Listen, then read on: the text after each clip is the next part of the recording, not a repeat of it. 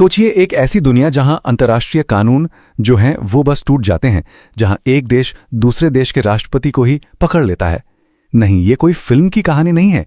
ये एक ऐसा चौंकाने वाला दावा है जिसे आज हम समझने की कोशिश कर रहे हैं। एक ऐसा दावा जिसने दुनिया भर की सरकारों में खलबली मचा दी है।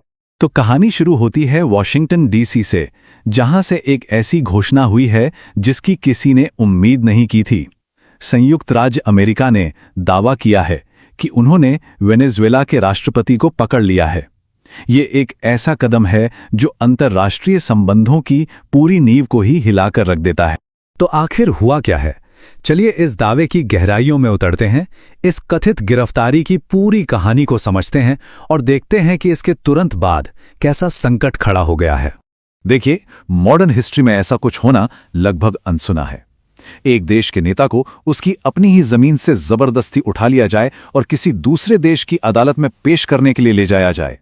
यह सिर्फ एक राजनीतिक संकट नहीं है, यह किसी भी देश की संप्रभुता के विचार पर सीधा हमला है। सवाल ये उठता है कि इतना बड़ा, इतना जोखिम भरा ऑपरेशन आखिर मुमकिन कैसे हो पाया? इसका जवाब एक ऐसी यूनिट के पास है जो हमेशा परछाई में रहकर काम करती है और जो दुनिया के सबसे खतरनाक मिशनों को अंजाम देने के लिए जानी जाती है। जी हां, बात हो रही है डेल्टा फोर्स की। कहते हैं कि जब कोई मिशन नामुमकिन लगता है तो इन्हें ही बुलाया जाता है, और सोर्स के मुताबिक ये उन्हीं की बेमिसाल काबिलियत थी जिसने इस ऑपरेशन को कामयाब बनाया। डेल्टा फोर्स ये अमरीकी सेना की एक एलीट स्पेशल ऑपरेशंस यूनिट है।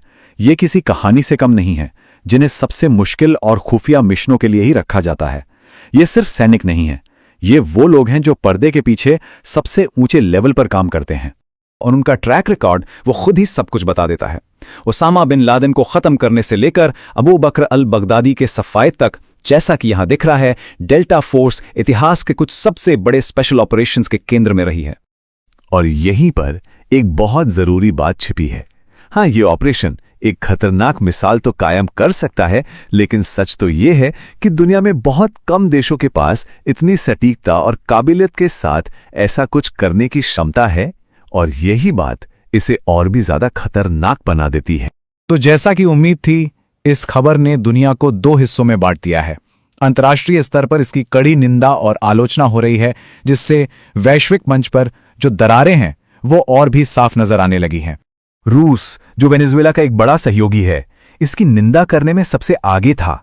जैसा कि इस बयान में देखा जा सकता है, क्रेमलिन ने इसे सीधे तौर पर सशस्त्र आक्रमण कहा और ये तर्क दिया कि असली मकसद अमेरिकी साम्राज्यवाद है, जिसकी नजर वेनेजुएला के विशाल तेल भंडारों पर है। और यहां मामला और भी दिलचस्प हो जाता है। आलोचना सिर्फ रूस और चीन जैसे पारंपरिक अमेरिकी विरोधियों से ही नहीं आ रही है। जैसा कि ये स्लाइड दिखा रही है, अमेरिका के अंदर भी इस पर जबरदस्त प्रतिक्रिया हुई है। वहां के टॉप जियोपॉलिटिकल एनालिस्ट इस ऑपरेशन को अवैध और नासमझी भरा बता रहे हैं, और जब विदेशी दुश्मन और घरेलू एक्सपर्ट्स एक ही बात पर सहमत हों तो उस पर ध्यान देना ही पड़ता है।